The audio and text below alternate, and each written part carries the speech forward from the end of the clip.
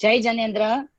सभी श्रोताजनों को पर्वाधिराज पर्व पर्युषण का अनुपालन करने के बाद, आराधना करने के बाद, अभी जो 10 लक्षणा क्षमा पर्व जो चल रहा है उसके लिए मैं अभिनंदन देती हूँ और आशा करती हूँ कि पर्वाधिराज पर्व पर्युषण के बाद भी आप सबकी आराधना अखंड चलती होगी।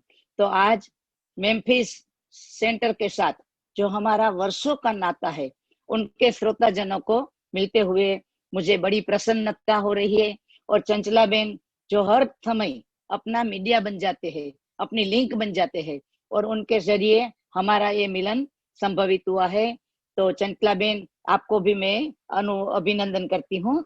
अभी हम मंगलाचरण करने के बाद अपने विषय की ओर जाएंगे, तो सब साथ में जुड़ जाना। आज का विषय जो हमने पसंद किया है वो विषय भी हमारा नमस्कार महामंत्र है। मैं जानती हूँ कि सब नमस्कार महामंत्र को जानते हैं। तो आज हम जानकारी को अनुभव में करने के लिए, अनुभव में बदल देने के लिए मन वचन काया के योग से जुड़ जाए और हमारा प्रारंभ ही अनुभव से करें। ओम नमो हरिहंताणं,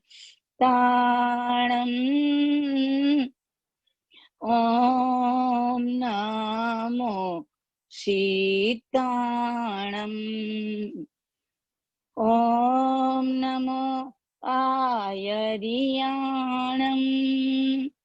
ओम नमो उवजायाणं, नमो लोये सौ साहुणं, एषो पंच नमो कारो, सौव पाव पणासनो, मंगलाणं च सवेशिं, पदमं हवै मंगलम, पदमं हवै मंगलम। सर्व मंगल में प्रथम मंगल और उत्कृष्ट में भी सर्वोत्कृष्ट, ऐसे जिन शासन के ये महान मंत्र को हमने जन्म से पाया है। हम जो जैन कुल में पैदा हुए, ऐसे हर जैनियों को, ऐसे तो कहा जाता है कि अभी समय बदल रहा है। पंचमारा जो उत्सर्पिणी न होते हुए अवसर्पिणी है, तो यहाँ द्रव्य में, क्षेत्र में, काल में, भाव में उत्तरोत्तर हानि होती है, हीनता होती है, न्यूनता होती है, यानी कि कमी होती है।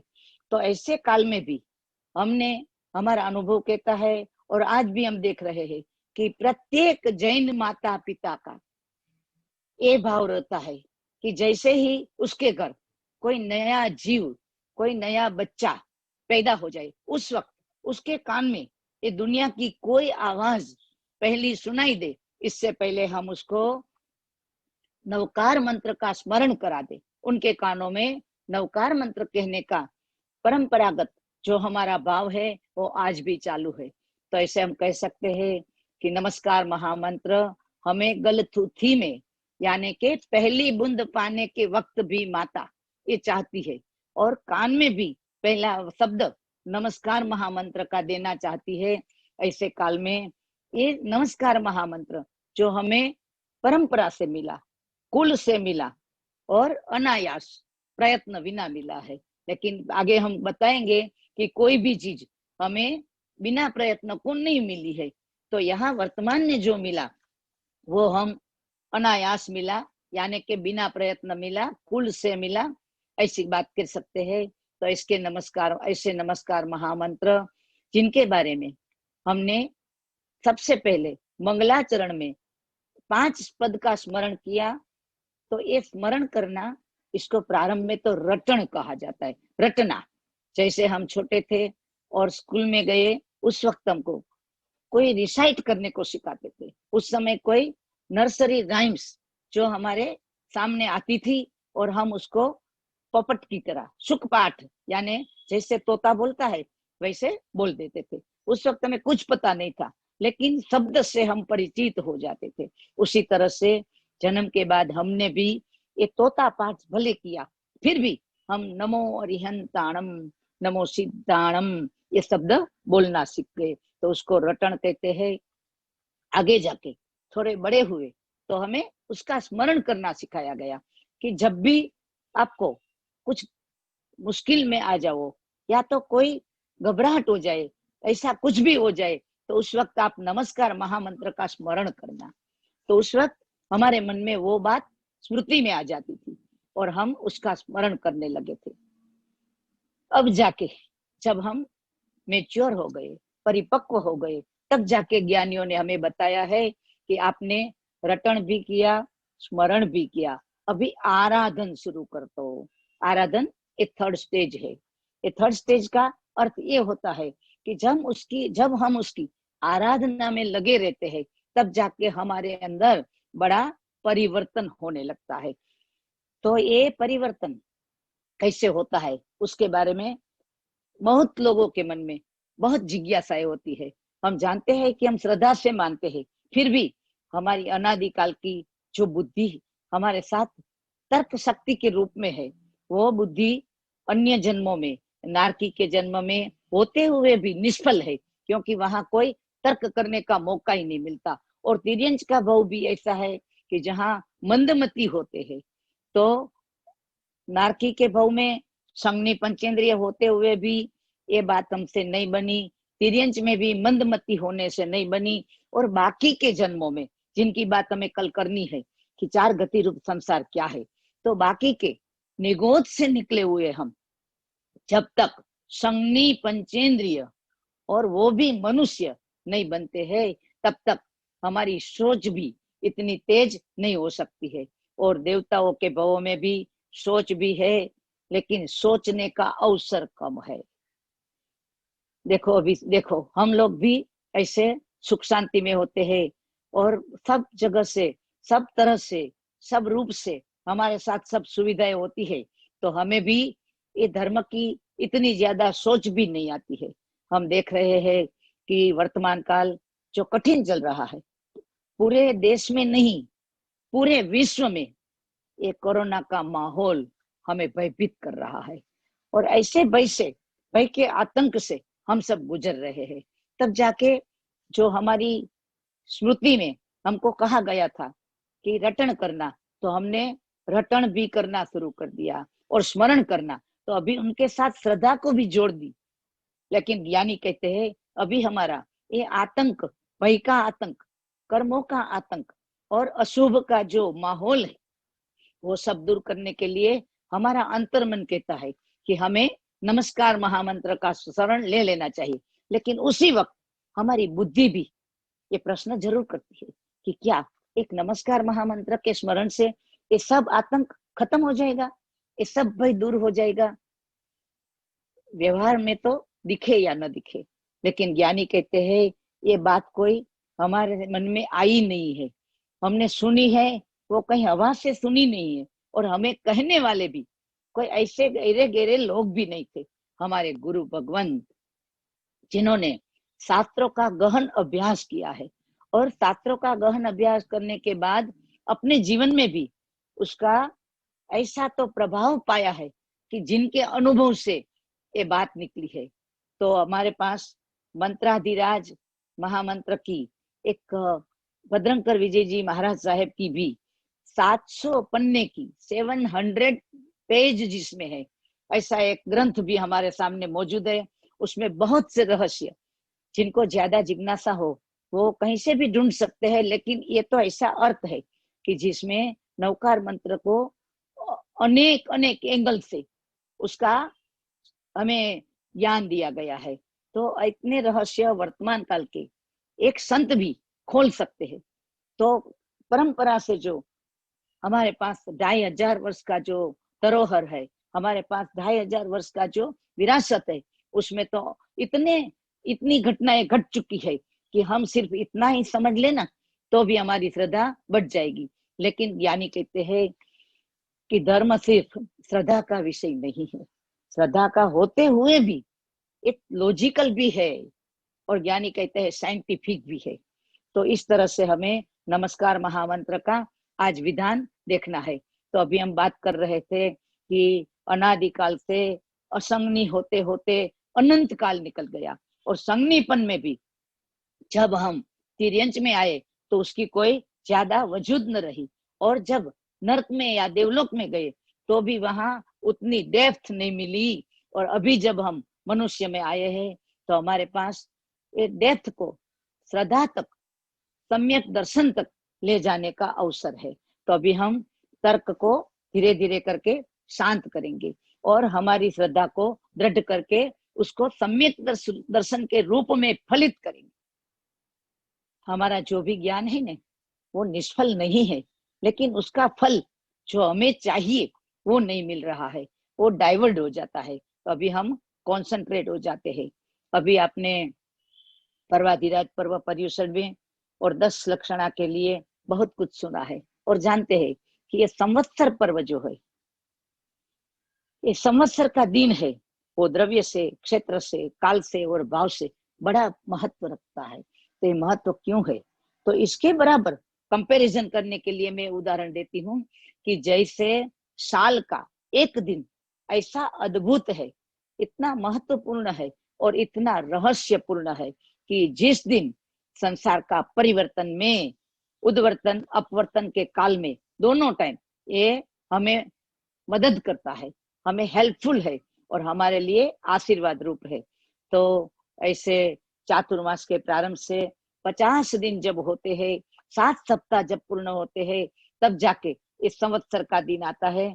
श्वेतांबरों ने उनका पूर्व भूमि का रूप, एक वीक, एक सप्ताह जो आराधना का मार्ग बना दिया, और दिगंबरों ने उसके बाद का एक सप्ताह के बाद जो पक्षी आती है तो उनको जोड़ के 10 दिन को आत्मा के 10 लक्षण के रूप में प्रकट करने का प्रारंभ कर दिया। तो ये जो पिन पॉइंट है, ये जो संवत्सर पर्व है, उसका गहन रहस्य ऐसे बताया कि ये दिन में आराधना करने से हमारे कर्म का मर्म का भेदन होता है। जैसे कर्म के मर्म को अगर कोई जान ले, जैसे डॉक्टर जानते हैं कि इनको क्या दर्द है, तो वो दर्द का वो निवारण कर सकता है। लेकिन जब तक डॉक्टर को पूरा पता नहीं है, उनके पास पूरी डिग्री नहीं है, मतलब उसका अभ्यास उतना नहीं है, तब जाके वो ऊपर ऊपर से हमें बताते हैं। जैसे हम प्राइमरी कोई डॉक्टर के पास जाते हैं, जनरल प्रैक्टिशनर के पास, तो हमारे सिम्टम्स देख के हमें दवाई बताते हैं। आपको थोड़ा जुकाम है, मतलब फीवर है, और थोड़ी सर्दी भी लगती है, तो उस वक्त क्या कहा जाता है आपको, टाइलेनॉल ले लो, बराबर है। और टाइलेनॉल तो ले लिया, वो थोड़ा कंफर्ट लगता है, तो इसको हम क्या कह सकते हैं कि इसमें कंफर्ट, कंफर्टेबिलिटी अगर 2 दिन के बाद फिर चली गई और हमें सिम्टम्स और बढ़ने लगे, तब जाके हम और डॉक्टर के पास जाएंगे, तब जाके वो आपके फिजिशियन है, एमडी है, वो बताएंगे कि आपका तो लेबोरेटरी टेस्ट कराना पड़ेगा, आपको ब्लड वर्क वगैरह कराना पड़ेगा, और उनके ऊपर से उनको दिखने में जो आएगा, उनके ज्ञान के मुताबिक वो आपको कोई पर्टिकुलर दवा देंगे। फिर भी वो नहीं गया, तब जाके उसको लगेगा अभी तो हमें इनका एमआरआई करना पड़ेगा, और जब जाके उसका एमआरआई होता है तो उसका पिन पॉइंट उसको पकड़ में आ जाता है, फिर जाके वो जो इलाज करता है वो सफल होता है। इसी तरह से यानी कहते हैं कि ये संसार में पर्व भी बहुत है और मंत्र भी बहुत है, लेकिन पर्वों में जैसे पर्वाधिराज पर्व, पर्युषणा पर्व, ये 10 लक्षणा पर्व, इनको जैसे श्रेष्ठ बताया, ऐसे मंत्रों में भी नमस्कार महामंत्र श्रेष्ठ बताया है। ऐसे नमस्कार महामंत्र को हम लोकोत्तर मंत्र कह सकते हैं, ये लौकिक मंत्र नहीं है। लौकिक मंत्र में क्या होता है कि लौकिक मंत्रों में तो कोई एक देवी देवता जो हमारे आराध्य होते हैं, सेव्य होते हैं, कहते हैं कि श्री लक्ष्मी की उपासना करो, सरस्वती की उपासना करो, भैरव जी की उपासना करो, इनकी अंबा जी की उपासना करो। तो इसमें आपने देखा कि उसके अधिष्ठायक कोई एक देवी देवता है, और वो आप जानते हैं कि जब तक वितरागता प्राप्त न हो जाए, केवल ज्ञान न हो जाए, राग द्वेष से परिमुक्त न हो जाए, तब तक हमारा जो एटीट्यूड है वो पूर्ण नहीं होता। तो देवी देवता कितना भी चाहे, लेकिन वो पूर्ण रूप से वितराग नहीं है, और उनके पास उतना सामर्थ्य भी नहीं है कि जो ज्ञान का पूर्ण प्रकाश करके हमारे सामने उसका निवारण खोल के रख दे। तो वो देवाधिष्ठित मंत्र होते हुए हमें उसको प्रसन्न करने होते हैं, क्योंकि सरागता में वितरागता न होने से उसकी प्रसन्नता भी चाहिए। लेकिन ये लोकोत्तर मंत्र जो है, ये महामंत्र, नमस्कार महामंत्र जो है, उनके अधिष्ठायक कोई देवी देवता नहीं है। अरे 64 इंद्र भी जिनकी सेवा में है, जिनकी पूजा करते हैं, जिनकी शरण में है और इनको ही शरण मानते हैं, ऐसे नमस्कार महामंत्र के अधिष्ठायक हमारे पंच परमेष्ठी परमात्माओं का जीवन है। उसमें नाम भी नहीं है। देखो, ये मंत्र किसी नाम से नहीं जुड़ा है, ये विश्व मंत्र है, ये गुण मंत्र है, ये प्रभावक मंत्र है, ये अनादि अनंत काल चलने वाला अनादि मंत्र है। ऐसे मंत्र से, लोकोत्तर मंत्र से हमारी जो प्राप्ति होती है वो कभी लौकिक मंत्रों से नहीं होती है। और लौकिक मंत्रों में कभी उच्चारण भी गूढ़ अर्थ होता है। हमारे पास बहुत से मंत्र है, लेकिन उसको उच्चारण करने में अगर थोड़ी सी गलती हो गई तो ज्ञानी कहते हैं ये तंत्र मार्ग है, उसमें कंप्यूटर जैसा है। आपने मांगा और उसमें गलती हो गई, तो आपने मांगा है बंगला यानी पैलेस, और गलती से आप अनुस्वार भूल गए और बगला लिख दिया, तो कंप्यूटर ऑर्डर किसका करेगा? बंगले की जगह बगला हो जाएगा। उसी तरह लौकिक मंत्रों में इतनी सी गलती हमारा और अर्थ कर सकता है, हमारा अनर्थ भी हो सकता है। और लौकिक मंत्रों में उच्चारण आसान नहीं है, लेकिन ये लोकोत्तर मंत्र इतना आसान है, इतना छोटा बच्चा भी उसको आसानी से बोल सकता है। और इसके बारे में, लौकिक मंत्रों के बारे में देवताओं से जुड़े हुए होने से हमें ये भी ख्याल करना पड़ता है कि ये टाइम देवताओं के काल को अनुरूप है कि नहीं। जैसे सब पूछते हैं ना कि रात को 12 बजे हम भक्तामर आदि करे या न करे, दिन को 12 बजे करे कि करे या करे। तो आराधन करने में तो 24 घंटों जब अजपाजप हो जाता है तब उसका काल देखा नहीं जाता। लेकिन किसी देवता की उपासना करनी है तो काल की मर्यादा होती है। हमारे ये लोकोत्तर मंत्रों में न द्रव्य की, न क्षेत्र की, न काल की, न मन भाव की कोई मर्यादा है। आप जितना भी चाहो, जब भी चाहो, जैसे भी चाहो, आप आराधक बन सकते हो। हाँ, कुछ मर्यादाएं आएगी वो स्पेशल रूप से है, लेकिन कॉमन रूप से हमारे लिए कोई रुकावट नहीं है। तो लौकिक मंत्रों में अनुग्रह, निग्रह, लाभ, हानि, ये सबका फल मिलता है। कैसे कोई कोई मंत्र है ना, वो वशीकरण है, उच्चाटन है, मारण मंत्र है। तो ऐसे आप जानते हो कि जिसको हम काली विद्या बोलते हैं, या तो जिसको हम मैली विद्या बोलते हैं, तो वो भी मंत्र है। लेकिन वो मंत्रों से स्व का भी हानि है, पर का भी हानि है। लेकिन नमस्कार महामंत्र बोलने से किसी की हानि नहीं हो सकती है। एकांत हित करो, एकांत कल्याण करो और एकांत लाभ करो, ऐसा मोह का प्रतिकार करके अधम से अधम जीव को भी हलुकर्मी बनाने वाला, अल्पकर्मी बनाने वाला ये मंत्र बड़ा व्यापक और शास्त्रानुसारी भी है। तो शास्त्रानुसारी होने से आज्ञा प्रदान है, तर्कानुसारी होने से युक्ति प्रधान भी है, और भावानुसारी होने से युक्ति निरपेक्ष, अंदर से उठा हुआ, आत्मा से जुड़ा हुआ, भाव के साथ जुड़ा हुआ, ऐसा ये महामंत्र। ऐसे जिसको हम अगर कथानुयोग में जाए तो उसके कितने कथानुयोग हमारे सामने आ जाएंगे, लेकिन अभी हमें कथानुयोग में जाना नहीं है। बहुत सी कथा है हमने आज तक जानी है, सुनी है, और उसके बारे में बहुत कथा भी हो चुकी है। तो अभी नवकार मंत्र को इसके हमने देखा कि विद्या और मंत्र, दो शब्द मंत्रों के बारे में कहा जाता है। विद्या ऐसी होती है कि जिसके लिए आराधन करना होता है, उसकी शर्तें होती है, और उसके लिए उसमें योजक की शक्ति भी लगानी पड़ती है, और उसमें वाच्य पदार्थ की शक्ति भी आ जाती है, और योजक के आत्मा के साथ उसको जोड़ने में हमें कई नियम होते हैं। लेकिन जब मंत्र है, ये महामंत्र है, वो मन के साथ जुड़ा है, और वो मंत्र को जोड़ने से जैसे हम बोलते हैं कि ध्वनि की एक ताकत है, जैसे शंखनाद होता है, जैसे घंटनाद होता है, उस वक्त हमारे मन में जो भाव आते हैं। और दूसरी तरफ देखो, एक रणभेरी जब होती है, ये रणभेरी माने ब्यूगल, ब्यूगल माने जो युद्ध के वक्त बजाया जाता है, जिनको रणसिंगा भी कहते हैं।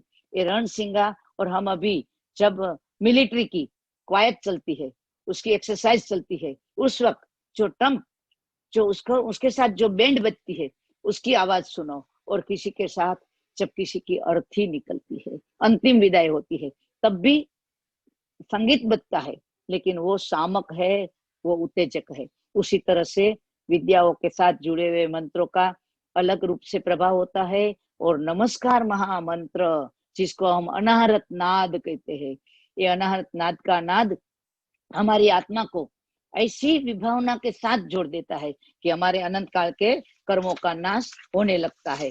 तो इस तरह से हमने ये नमस्कार महामंत्र का जो विद्या प्रवाद नामक अपना अपने पास अपने जो आगम है, वो आगम में से 11 अंग हमारे पास मौजूद है, लेकिन 12वां अंग जो हमारे पास आज मौजूद नहीं है, वो था पूर्व, वो दृष्टिवाद था। वो दृष्टिवाद हमारे सामने आज मौजूद नहीं है, क्योंकि दृष्टिवाद का विच्छेद हो गया है। आप सब जानते हैं कि जब योग्यता नहीं होती है, तब माँ बच्चों से कुछ शस्त्र जैसे खिलौने भी छीन लेती है, कि अगर बच्चे को यूज करना नहीं आया तो खुद को नुकसान कर देगा। तो माँ का उस समय भाव यही है कि उनको कैसे नुकसान से बचाया जाए। इस तरह से वर्तमान काल के पंचम आर्य के जो भी हम जीव है, जो वक्र और जड़ है, वक्र माने टेढ़ा, कोई भी बात सीधे से नहीं पकड़ेंगे, और जड़ जो पकड़ा सो छोड़ेंगे नहीं। ऐसे वक्र जीव को ये दृष्टिवाद में जो गहन रहस्य थे, वो पचाने की, मतलब डाइजेस्ट करने की ताकत नहीं थी। तो स्थूली भद्र जी से वो मार्ग हमारे पास अर्थ रूप से मौजूद नहीं है, वो सूत्र रूप से है, हमारे पास सूत्र के रूप में मौजूद है। उसमें से जो सूत्र हमारे पास बचे हैं, आप जानते हो, जिसने भी हिस्ट्री का थोड़ा भी अभ्यास किया है, वो जानते हैं कि भारत की परंपरा में 2500 वर्ष तो क्या, कई सालों से जो विग्रह चल रहे हैं, हर एक जगह होते हैं, लेकिन ये भारत भूमि ऐसी थी कि वहां बहुत आकर्षण था। कई विदेशियों ने यहाँ आके आक्रमण किए, और ये धरती को पाने के लिए इस धरती का बड़ा नुकसान भी कर दिया। तो उसमें हमारे कई अलभ्य ग्रंथ भी नष्ट हो गए हैं, लेकिन जो भी बचा है उसमें हमारे गुरु भगवंतों ने, आचार्य भगवंतों ने अथाक परिश्रम करके जो रहस्य निकाले हैं, वो रहस्य में से हमें ये विद्या प्रवाद से पाया गया है कि शब्दों का महत्व क्या है। और ये नमस्कार महामंत्र तो अनादिकालीन होने से न कभी था, ऐसा होगा हुआ नहीं है, अभी भी हम देख रहे हैं कि वर्तमान में भी है, और अनंत काल तक ये मौजूद रहने वाला है। तो ऐसे परमेष्ठी महामंत्र का आराधन करने के लिए हमें जो श्रद्धा दी गई है, वो श्रद्धा में बहुत सा रहस्य है। तो उसमें एक रहस्य हम ये भी जानते हैं कि सबके मन में होता है कि ये नमस्कार महामंत्र में इतना महिमा क्यों हो। तो जैसे हमने अभी बताया ना कि मर्म को भेदने वाला, जैसे आप जानते हो कि हाथी जब मदोन्मत हो जाता है, वो मद से उन्मत हो जाता है, पागल हो जाता है, तो बोलते हैं कि अभी ये पागल हो गया, अभी बस करने की ताकत किसमें भी नहीं है। फिर भी वो हाथी का पूरे शरीर में एक पॉइंट ऐसा है जो उसका तालवा कहते हैं, वो मस्तिष्क के ऊपर एक ग्लैंड है, एक जगह है, एक केंद्र है। हमने अपने केंद्रों का, अपने चक्रों का अगर अभ्यास किया हो और उसकी थोड़ी भी आराधना की हो, तो ये जगह कोई ग्लैंड, कोई ठोस जगह नहीं है, वहां कोई ऑर्गन भी नहीं है, लेकिन ग्लैंड माने जहां से एक रस का, एक केमिकल का चरण होता है, वो पॉइंट है। जैसे आपकी आंख के पास अश्रु की ग्रंथि है, ये अश्रु की ग्रंथि में क्या पानी का कोई कुआं भरा हुआ है? जब दर्द होता है, दुख होता है, तो हमारी आंख से आंसू बहने लगते। 2 पल के पहले कुछ नहीं था और 2 पल में वो अपने नेपकिन से नेपकिन गीले हो गए। कहाँ से आया ये पानी? ये एक पॉइंट है जहाँ भाव जगत केंद्रित होता है। जैसे हम अपनी स्पाइनल कोड से जो ज्ञान तंतु पास होते हैं, वो पॉइंट है कि जहाँ टच करने से वो खत्म भी कर सकते हैं, पावरफुल भी कर सकते हैं। इसी तरह से हाथी को कंट्रोल करने के लिए उसके गंड स्थल में एक तीक्ष्ण साधन का स्पर्श कराया जाता है, तो वो हाथी बिल्कुल मदद से मुक्त हो जाता है। तो ये जैन शासन का ऐसा मर्म भेदक मर्म स्थान को अंदर जाके पूर्ण रूप से हील करने वाला, जैसे पहले बताया था ना कि कितने हील करने वाले हैं और कितने क्योर करने वाले हैं। अभी ये साइंस जो हमारा है ना, उसके लिए भी कहा जाता है कि they can make comfortable all but heal उससे कम को, थोड़े को हील करते हैं, बहुत कम को, और क्योर तो बहुत कम होते हैं। तो क्योर क्यों नहीं होता है? तो ज्ञानी कहते हैं कि हमारे पास जो मौजूदा साधन है, जो मंत्र है, उसमें इतनी ताकत नहीं है, क्योंकि उसने मर्म का भेदन करने वाली शक्ति को नहीं पाया है, नहीं खोजा है। लेकिन ये नमस्कार महामंत्र में परमानेंट हीलिंग, 4 गतियों का नाश, न सिर्फ दुख दर्द का नाश। हमें लोग पूछते थे कि इतने नवकार मंत्र किए तो आजकल हमें प्रभाव क्यों नहीं मिलता? तो ज्ञानी कहते हैं तू कौन सा प्रभाव चाहता है? ये नमस्कार महामंत्र ऐसी मेडिसिन है, ऐसा औषध है, वो अंदर जाके तेरे अनादि के जो जीन्स में आए हुए दर्द है, उसके जीन्स को उसको मारना है। ऊपर से सिम्टम्स को नहीं दबाना है, और 6 महीने के लिए 1 साल के बाद फिर वापस आ जाए, ऐसा भी उपाय नहीं करना है। लेकिन एक बार ऐसा उपाय करना है कि जहां से तेरे जन्म मरण रूप जो रोग है उसका ही नाश हो जाए। आप सब जानते हैं कि श्री सनत कुमार जी के पास भी ऐसा एक उपाय था। जब उनके शरीर में 16 रोग उत्पन्न हो गए, तो उस वक्त वो लब्धिवंत थे, देवता तो उनकी सेवा करने में तत्पर थे। वो चक्रवर्ती का पुण्य ही ऐसा होता है कि उनको 16,000 देव खड़े खड़े उनकी आज्ञा के लिए उत्सुक होते हैं। तो ऐसा होने पर भी ये सनत कुमार जी ने क्या किया? खुद की लब्धि से मुंह से एक इतना सा थूक को लिया और अपने शरीर पे जहां रक्तपित हो गया था, ये रक्तपित को कुष्ठ रोग बोलते थे, जहां से रक्त का ब्लड का बहना होता था, दुर्गंध से भर जाता था, ऐसी जगह पे उसने खाली थूक का एक लेप किया तो कंचन जैसी काया हो गई। फिर भी उसने वो उपाय को आजमाया नहीं। इंद्र ने आके बताया कि आपकी सेवा में हम खड़े हैं, आप क्यों दर्द बैठते हो? हम अभी आपके दर्द का नाश धन्वंतरी से जाके ऐसा दिव्य औषध लेके आपके दर्द का नाश कर सकते हैं। उसी वक्त श्री सनत कुमार जी ने कहा था, इंद्र आपका उपाय मेरे शरीर को क्षण के लिए मेरे अशुभ कर्म के निवारण के रूप में काम देगा, लेकिन ये परमानेंट हीलिंग नहीं है।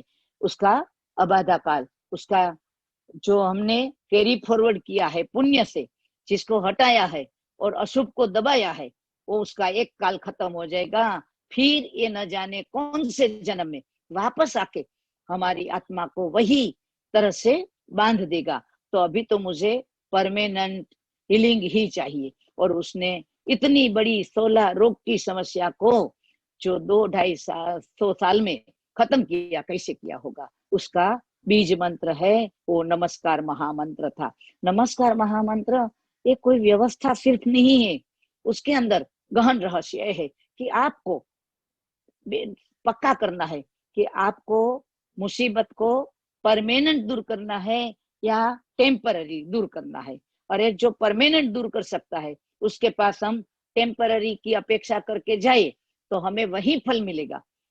अभी हम नमस्कार महामंत्र को इस भाव से अगर रटन करते हैं तो ज्ञानी कहते हैं कि इतने कम दाम में हीरे को मत बेच दे।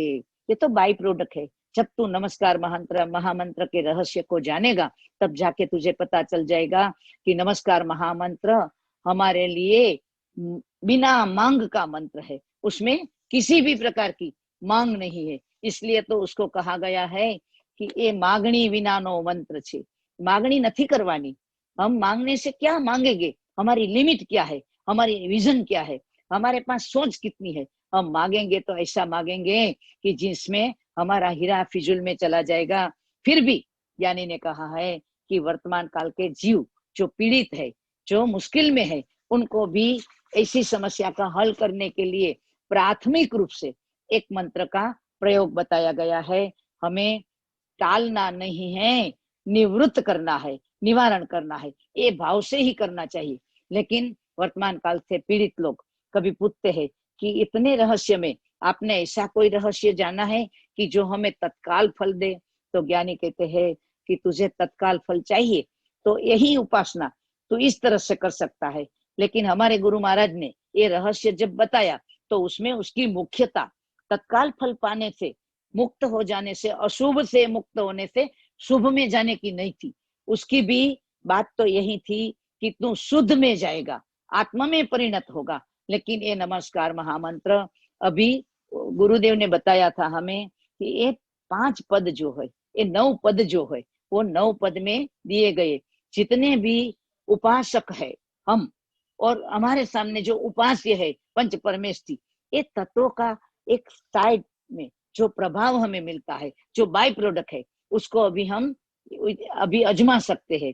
तो पंच परमेष्ठी के पंच इष्ट तत्वों में अद्भुत शक्ति का भंडार छिपा हुआ है और उसके एक एक शब्द अनंत शक्ति से भरा है।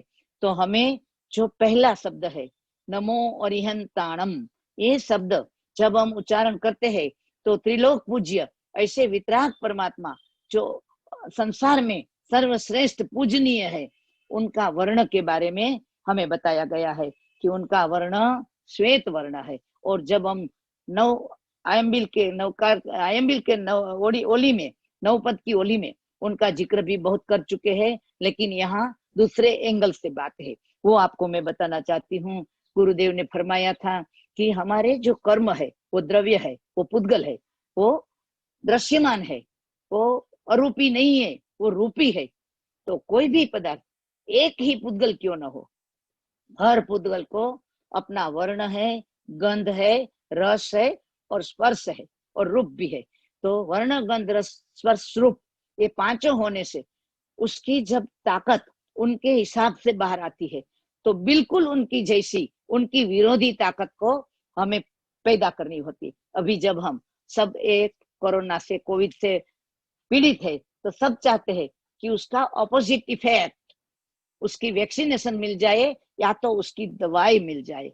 तो ज्ञानियों के ज्ञान में ये वैक्सीनेशन भी मिली है, ये दवाई भी मिली है, जो हमारे आदि व्याधि और उपाधि का रिलीफ करने के लिए, और उसका रिलीफ माने हीलिंग नहीं, लेकिन परमानेंट रिलीफ करने के लिए प्राथमिक रूप से उसके सिम्टम्स को भी दबाएगी और आंतरिक रूप से उसका हील करके, उसका पूरा पूरा नाश भी करके हमें पूर्ण रूप से मुक्त करेगी।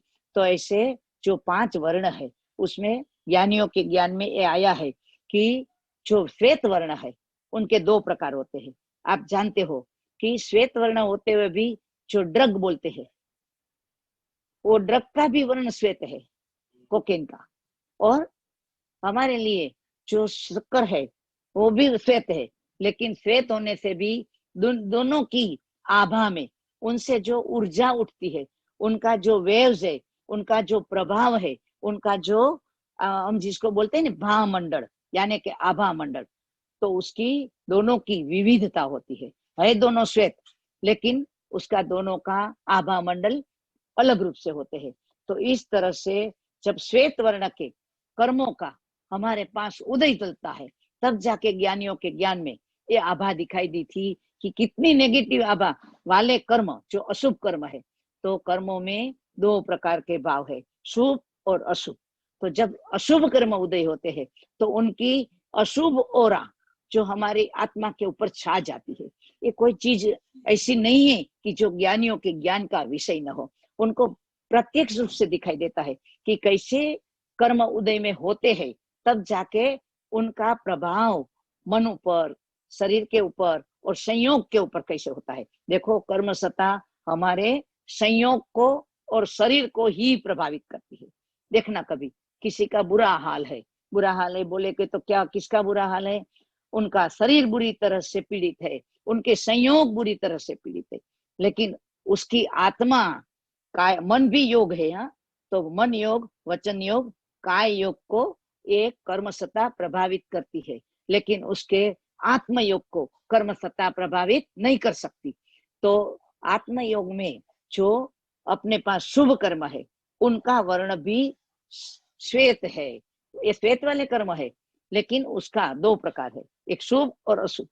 जब अशुभ श्वेत वर्ण वाले कर्म का उदय हो, तब उनका पूर्ण रीते नाश करने के लिए हमारे पास जो उज्जवल, प्रकाशित, तेजस्वी ऐसे जो सिद्ध अरिहंत परमात्मा के जो गुण है, जो उनका प्रभाव है, उसका इसलिए वर्ण श्वेत कहा गया है कि उनके नमो अरिहंताणम पद बोलने से, ये शब्द का प्रभाव आप जानते हो कि जब परमात्मा के मुख से पहली ध्वनि निकलती है, वो ध्वनि, उसका अर्थ में, शब्द में अगर आप अर्थ घटन करो तो माहण होता है, और उसका ध्वनि का जो स्पर्श होता है वो प्रकृति के हर अंश को छूता है, और वो है अभयदान, माहणो माहणो।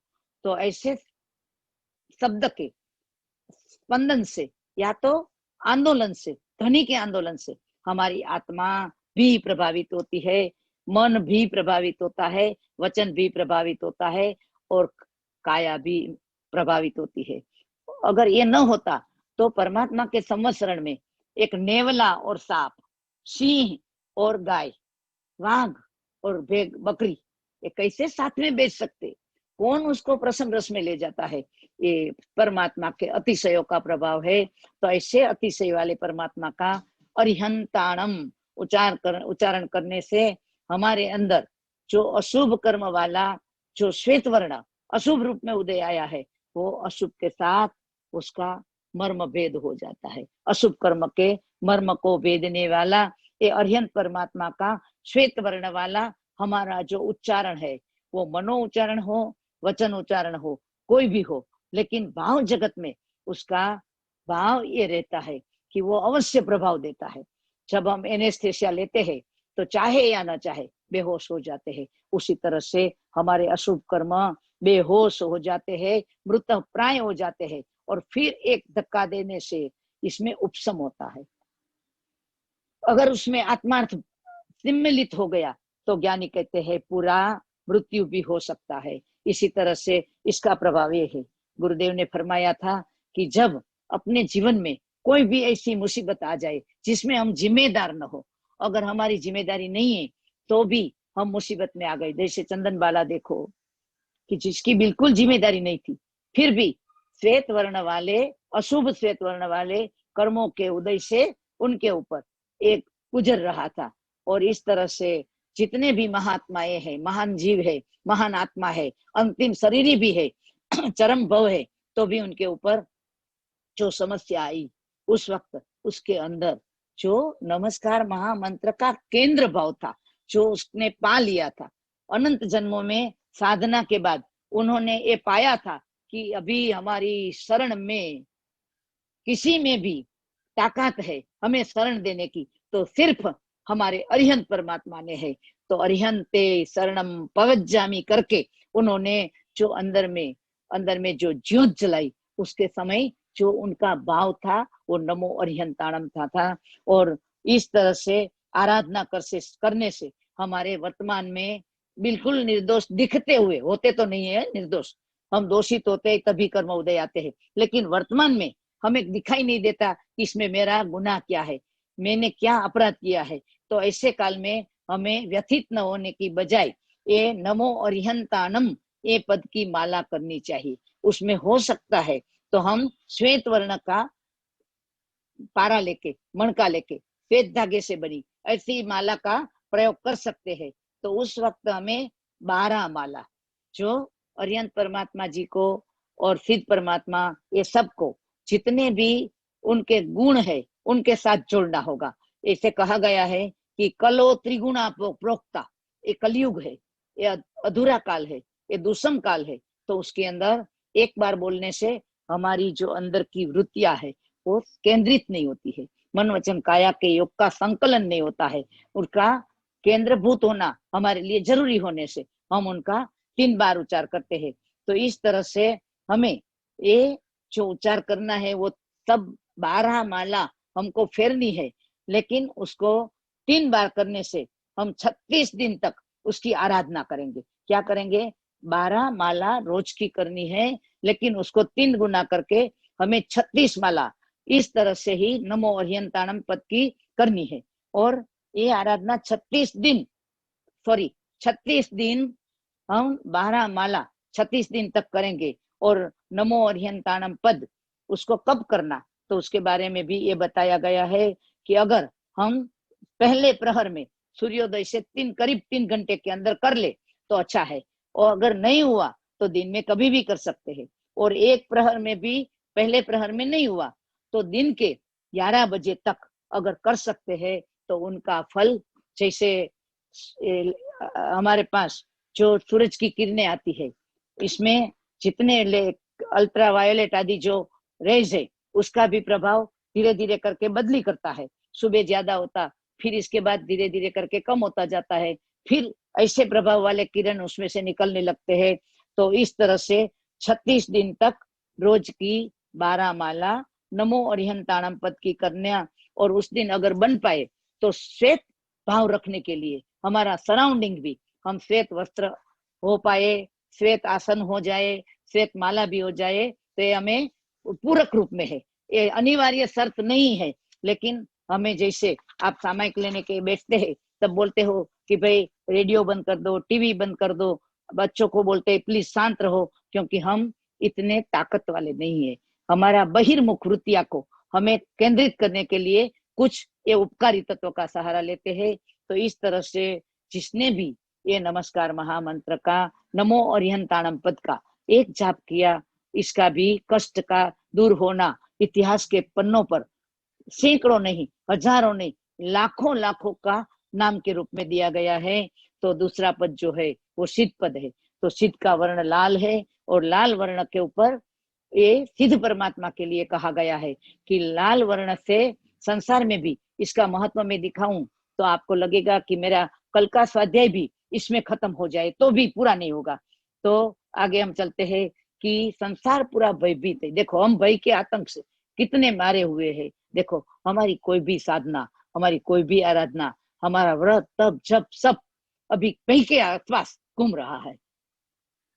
हमारा जो अनंत कर्म का नाश करने वाला जितने भी आराधक ज्ञान दर्शन चारित्र तप है वो वर्तमान में अंदर के दौर से जुड़ चुका है। बस पहले है ना, ये इससे मुक्त हो जाए ना, ये संसार में शांति हो जाए ना, ये ऐसा बोल के हम अपने भय संज्ञा को प्रदर्शित करते हैं। तो ऐसे भय के माहौल में यानी कहते हैं कि जिसने भी सिद्ध का शरण लिया, ये संपूर्ण रूप से परिमुक्त है, संपूर्ण रूप से परिपूर्ण है। जो अपुनरावृत्ति, जिसको वापस कहीं वही गतियों में, वही दुखों में, आदि व्याधि उपाधि में जाना नहीं होगा, ऐसी परिपूर्ण ताकत ही हमें भय मुक्त कर सकती है। तो उसके लिए हमें उसकी आराधना करती है कि भय से मुक्त होने, जब भय बीत हो जाए, हम संसार में एक भी जीव भय संज्ञा से मुक्त नहीं है, लेकिन मनुष्य में तो बुद्धि साथ में जुड़ जाती है। जब एनिमल तिर्यंच उसके सामने भय आता है तो उसको उसकी चिंतना नहीं होती है, वो संपूर्ण रूप से भयभीत ही है। लेकिन हम तो तर्क से कई चीजों को साथ जोड़ के ज्यादा भयभीत हो जाते हैं।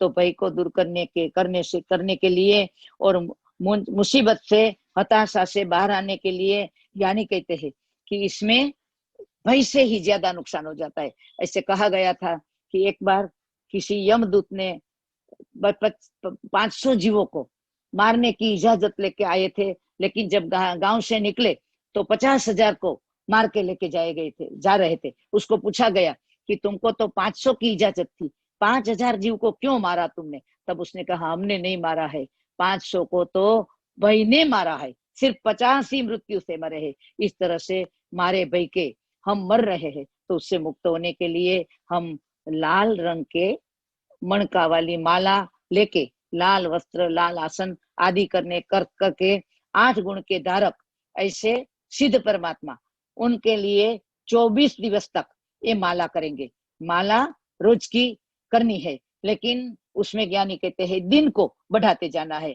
तो इस तरह से उसको हम पूर्व दिशा की ओर मुख करके ये माला करेंगे, और हर एक माला में आपका ध्यान माला के ऊपर रहेगा, मुद्रा उसके साथ, और हाथ को ऐसे पकड़ के ऐसे ही रखेंगे, और उसमें ये उंगली से, दूसरी वाली जो उंगली है उनसे माला के मणके घूमेंगे, और आपको ये सिद्ध पद की माला करने से, लाल वर्ण का ध्यान करने से आपके मन से पूरा भय का नाश होना शुरू हो जाएगा। और तीसरा है आचार्य पद, उसके लिए कहा गया है ये पीले वर्ण का है। तो पीत वर्ण, ये पीत वर्ण का पुद्गल ऐसा है कि जो अशुभ रूप में उदय होता है, तो हमारे लिए विटंबना, डिलेमा, ऐसी स्थिति खड़ी कर देते हैं कि जिसमें क्या करे क्या न करे। ऐसी स्थिति में हमें सहारा देता है तो आचार्य पद सदा सहारा देता है। आपने कलर के बारे में और से भी कई बार कई बहुत सी बातें सुन चुके हो, इसका मैं संक्षेप करती हूँ। तो ऐसे जब हम मुसीबत में फंस जाए, आगे जाए पीछे जाए, इधर जाए उधर जाए, कब रास्ता न दिखे, ऐसे डिलेमा के टाइम में आचार्य भगवान को आज्ञा चक्र में लाके नमो आयर्याणम पद की माला करने से, और ये माला करते वक्त हमारे मन में उसके 36 गुण है, तो उसके लिए हमको 108 दिन तक ये थेरेपी है। जो वैक्सीनेशन 1 साल तक चलती है, उसी तरह से ये थेरेपी अगर हमने ज्यादा से ज्यादा दिन 36 गुण है, उसके 108 होते हैं। तो यहाँ तक अगर हमने ये साधना कर ली, तो फिर जाके हमारे अशुभ वर्ण वाले, ये लाल हो, सफेद हो, येलो हो, ग्रीन हो या ब्लैक हो, ये 5 वर्ण, उसमें से कोई भी कर्म हो, तो उसका उदय होते वक्त ये थेरेपी हमारे उन वर्ण की ताकत को कम कर देगी, इतना कम कर देगी कि जैसी वैक्सीनेशन लेने के बाद कई लोग तो वापस आते ही नहीं है, उसी तरह से ये भाव रेसिपी है, ये भाव वैक्सीनेशन है। तो उसको हम आराधना के लिए जा रहे हैं। तो 36 आचार्य जी के गुण होने से 108 दिन तक ये माला हमें करनी है। तो उसमें हम 10 माला नमो आर्यन पद की करेंगे। दूसरे दिन हमने सिद्ध पद की 10 माला की थी। पहले दिन हमने नमो अरिहंताणम पद की जो श्वेत वर्ण की माला की थी। अभी तीसरे दिन हम आयर्याणम की माला करेंगे, और आपको अनुभव होगा। विश्वास करो, श्रद्धा करो आपके गुरु भगवान को। ये संसार में आजकल सबको फैमिली कंसल्टेंट, डॉक्टर भी है, लॉयर भी है, ये सब है, टैक्स कंसल्टेंट भी है, लेकिन आध्यात्मिक कंसल्टेंट कोई नहीं रखे। मैंने चंचला जी से कहा था कि चंचला बहन, वो पूछ रही थी कि ये काल में हम किसको पूछने जाए। पहले तो था, तो मैं बोली आपको गुरु के पास जाना चाहिए। आपने गुरु को रख तो कि हम जाते हैं तो गुरु हमें पहचानते भी नहीं है। आपने पहचान नहीं रखी है। मैंने कहा कि आप बार बार जाते होते, या तो उनके साथ आपका भावात्मक भी कनेक्शन होता होगा, तो उसको जरूर अपने आध्यात्मिक गुरु को सामने रखना है। तो उनको सेवना, उसकी सेवना करनी पड़ेगी। आप अपने रिलेशन को भी सेवते हो, अपने बच्चों के साथ भी रिलेशन रखनी है, तो आप उसको कांटेक्ट में रहते हो। हमने अभी वर्तमान काल में गुरुओं का कांटेक्ट छोड़ दिया है, और हम बाकी के सब कांटेक्टों के लिए तन मन धन सब न्योछावर कर सकते हैं। लेकिन जहाँ आध्यात्मिक गुरु की बात आती है, राहबर की बात आती है, तो हमारे पास उसका महत्व कम होता जाता है। तो अगर आपके साथ कोई गुरु है, नहीं है तो मन में स्थापित करो, नहीं है तो आचार्य भगवान के गुण को स्थापित करो, और वो आपकी आज्ञा चक्र में आ जाएंगे, और आपको ऐसे रास्ता दिखाएंगे कि जैसे आपका काम निकल जाएगा। इसमें कथाएं तो बहुत है, लेकिन हमारे पास वक्त कम है। तो हम अभी चौथे पद में जा रहे हैं। उपाध्याय भगवान, इसका वर्ण ग्रीन है, हरा है। उसमें क्या तकलीफ है? हरे वर्ण का उदय होता है, सब हरा भरा हो जाता है। गुजराती में कहे लीला लहर, तो ज्ञानी कहते हैं ये लीला लहर ज्यादा नुकसानकारक है। कालो केर, तो काला वाला कर्म है, उसमें तो नुकसान होता है। तो हम उस समय तो थोड़े धार्मिक हो ही जाते हैं, लेकिन जब लीला लेर हो जाता है तब जाके हम धर्म को भूल जाते हैं, हम हवा में उड़ने लगते हैं, नशे में चूर हो जाते हैं। जैसे हमको लगता है कि आजकल हमारे पास सब कुछ है, अभी हमें धर्म कर्म की कोई जरूरत नहीं है। ऐसा कुछ समय आता है। पहले तो छोटेपन में जब आया ना, तो उस समय तो हम अज्ञान थे, लेकिन अभी भी ज्ञानी कहते हैं कि रोज हरे वर्ण की जो माला है वो आपको पुण्य के उदय में भी कंट्रोल करके रखेगी। जब आपका अशुभ पुण्य, पापानुबंधी पुण्य का उदय हो जाता है, तो आपसे पुण्य के उदय में भी भोग विलास इतने अशुभ कर्म बंधेंगे कि आप वहां से छूटना भी। ये ब्रह्मदत्त को जो पुण्य उदय आया, और उस वक्त उसके सामने गुरु नहीं थे, उसने धर्म छोड़ दिया था। निदान करते वक्त उसकी आराधना जो निष्फल हो चुकी थी, उस समय उसके सामने पंच परमेष्ठी के पद नहीं थे, तभी जाके निदान होता है। जब हम पंच परमेष्ठी से नाता तोड़ देते हैं, तब जाके ही हमारे अशुभ कर्म बनते हैं। तो जैसे ब्रह्मदत्त ने पुण्य के उदय में जो चक्रवर्ती नियाण कड्डा जो निदान से बंधे हैं, उनका अंत नरक में चला। अनुत्तर काम भोग भोगने से अनुत्तर वाली नरक मिल जाती है। तो इसमें हमें सावधान रखने के लिए परमात्मा ने हमें कहा है कि जब पुण्य का उदय हो जाए ना, मत होना, पागल मत होना, अंध मत होना। उस समय तू अवश्य रूप से नमो ओजायाणम पद की माला करनी होगी। आपको उसके गुण 25 है, तो उसको 75 दिन 75 डेज हरे वस्त्र, हरे आसन, हरे रंग की माला, इससे रोज की 12 माला करनी है। उस वक्त भी पूर्व दिशा की तरफ मुख रहेगा। और ये माला अपनी छोटी स्मॉल अंगुली जो है, जिसको हम पानी तत्व बोलते हैं, ये पृथ्वी, ये तत्व है पृथ्वी का, ये है पानी का, अग्नि का, वायु का, आकाश का। इस तरह से ये वर्णों के साथ तत्व भी जुड़े हैं। तो इसमें हमें ये उंगली से माला फेरनी है। अगर न बन पाए, आर्थराइटिस वगैरह हो, तो आप हर माला ये उंगली से कर सकते हैं। लेकिन अगर आपसे बन पाए तो इसका ध्यान रखना है। तो इसकी रोज की 12 माला करके पूर्व दिशा की ओर मुख करने से आपको ये समय में आप मान अपमान में और समता में निराभिमानी होके आक्रोश परिषद जीतने के लिए आप उस समय समर्थ हो जाएंगे। वरना आपके पास धन है, सत्ता है, साहिबी है, तंदुरुस्ती है, जवानी है, ये सब होने से हम मत हो जाएंगे, पागल हो जाएंगे। तो अपने बच्चों को राहबर बन के आप ये सिखाओ कि आपको रोज एक माला, फिर ये आप इतना दिन तक कर लो, एक आपको जितने दिन इसमें बताए हैं वो कर लो। बाद में आप रोज की सिर्फ एक नवकार वाली करो। ये नवकार वाली में 5 पद सीमित है, लेकिन उसका ये थेरेपी के रूप में है। तो हमने बताया है कि इस काल में आप थेरेपी ले लो, आपके हर प्रकार के आदि व्याधि उपाधि का अंत होने के बावजूद भी आपको संसार से मोह नहीं बढ़ेगा, आप उसमें आसक्त नहीं हो जाओगे। तो अंतिम पद है वो है नमो लोये सव्व साहुणम। इसका वर्ण काला है। ये काला वर्ण अशुभ ऐसे कहा गया है कि उनके साथ अशुभ तत्वों को एक खिंचाव आता है, एक आकर्षण होता है। लेकिन ये काला अशुभ वर्ण वाला जो उदय है वो कर्म के साथ होता है। ये शुभ वर्ण भी नमो लोये संव साहुणम, ये लोक में सर्वश्रेष्ठ जो 5 पद है, उसमें वर्तमान में तो हमारे सामने जो मौजूद है वो सर्व साधुओं के लिए हम ये पाला गिनते हैं। तब जाके हमारे काले वर्ण वाले अशुभ कर्मों का समन हो जाता है। सिर्फ उपशम नहीं, समन भी हो जाता है और दमन भी हो जाता है और अंत भी हो जाता है। तो उसका 27 गुण होने से आप 81 डेज तक ये माला एक बार कर लेनी है। और इसके लिए आप रोज की 10 माला गिनो, और मध्यमा अंगुली जो मध्यम की अंगुली है उससे आप ये माला कर सकते हैं।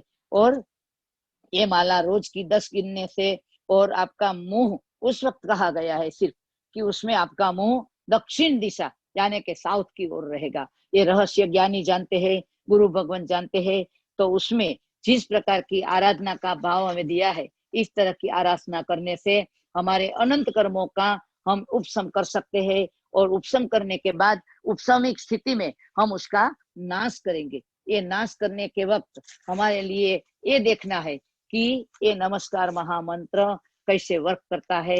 105 नमोकारो सव पाव पन्नासणो ए मंगलानम च सवेसिम पढ़मम हवे मंगलम। ये भी चूली का है और इसके लिए ज्ञानियों ने बताया है कि ये हमारे लिए एक मंगल ऐसा है कि जिसमें हम ये सब नवों को सम्मिलित करके हम उसको कहेंगे कि ये हमारे लिए ये कलश रूप है, ये पंच कलश जिसको कहते हैं, ऐसे कलश को ज्ञानियों ने बताया है। तो हमारे निश्चित सूत्र में इसको नमस्कार महामंत्र को चुलिका के 2 पद मिला के, चुलिका के जो 2 पद है वो उसमें 4 पद है, उसमें पहले 2 पद है वो दुष्कृत की ग्रह वाला है और तीसरे जो है वो अनुमोदना और सुकृत की अनुमोदना के है और चतुस्मरण गमनात्मक जो अपने 5 पद है।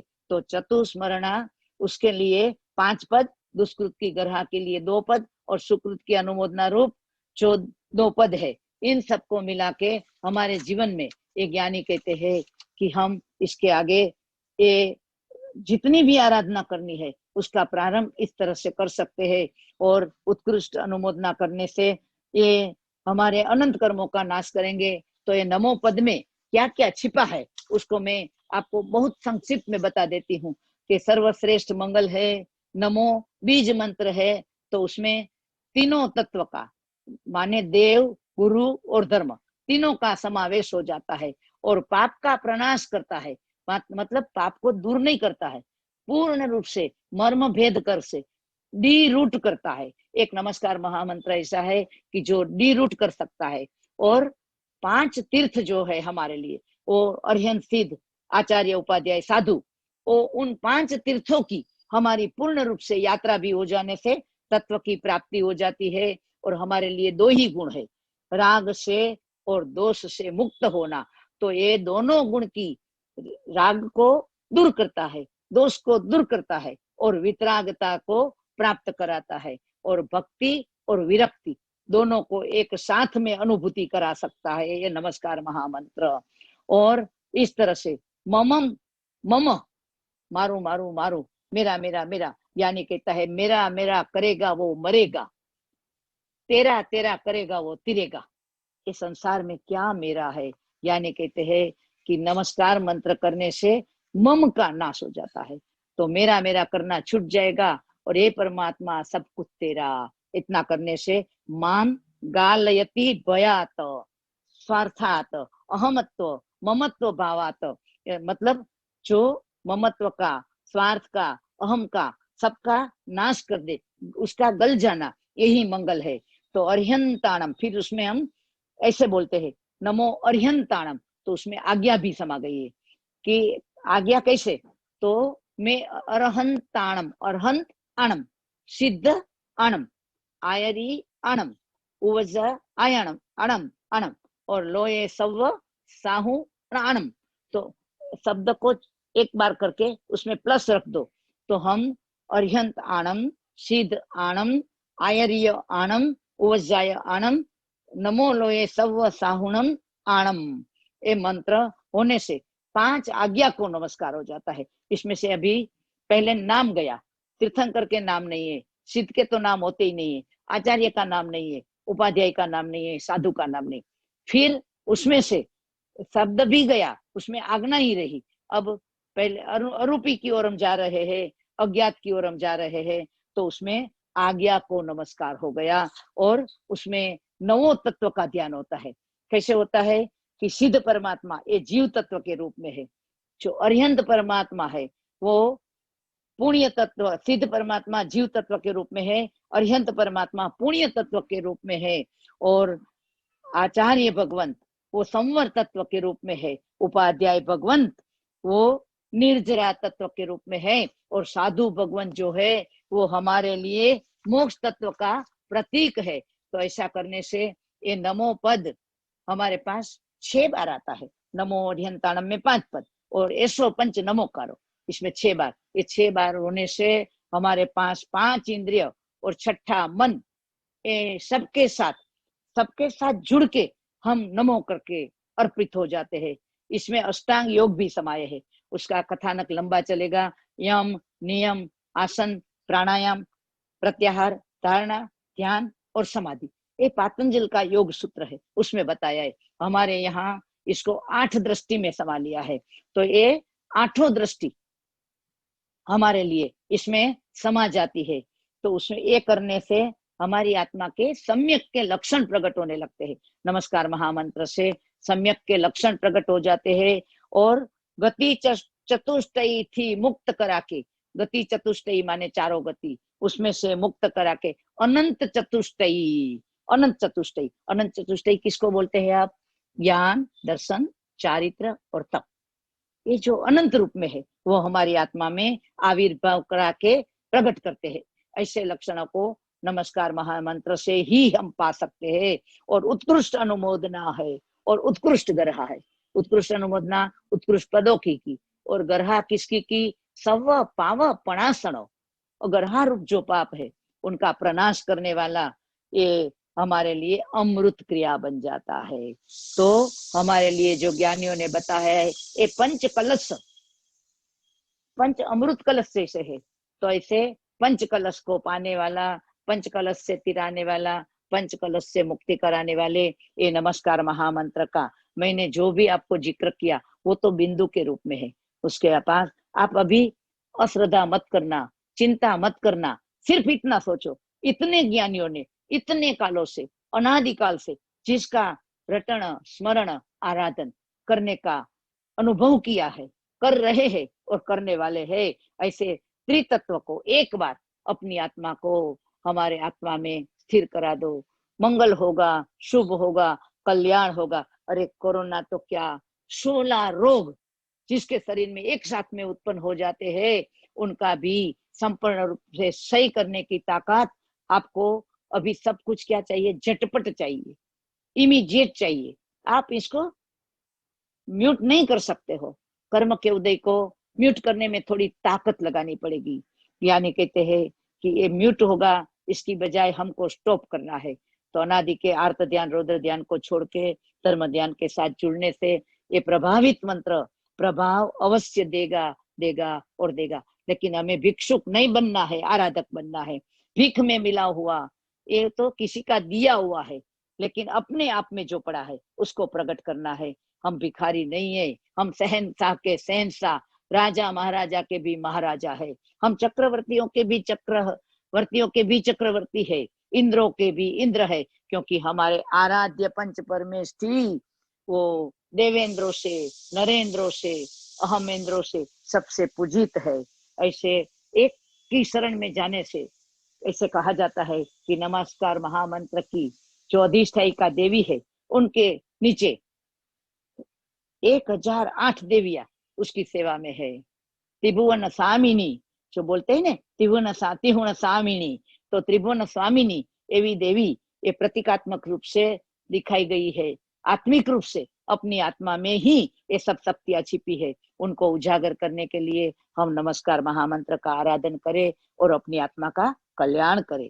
ये परमात्मा के ज्ञान को समझते समझाते मंदमति के कारण, अल्प बुद्धि के कारण, धारणा दोष के कारण या कोई गलती जीभ से हो गई हो, ऐसे भावों से कम अधिक या विपरीत प्ररूपणा हो गई हो, तो अरिहंत अनंत केवली भगवंत गुरु भगवंत आत्मा की साक्षी से, सकल संघ की साक्षी से तस्समिच्छामि दुक्कडम।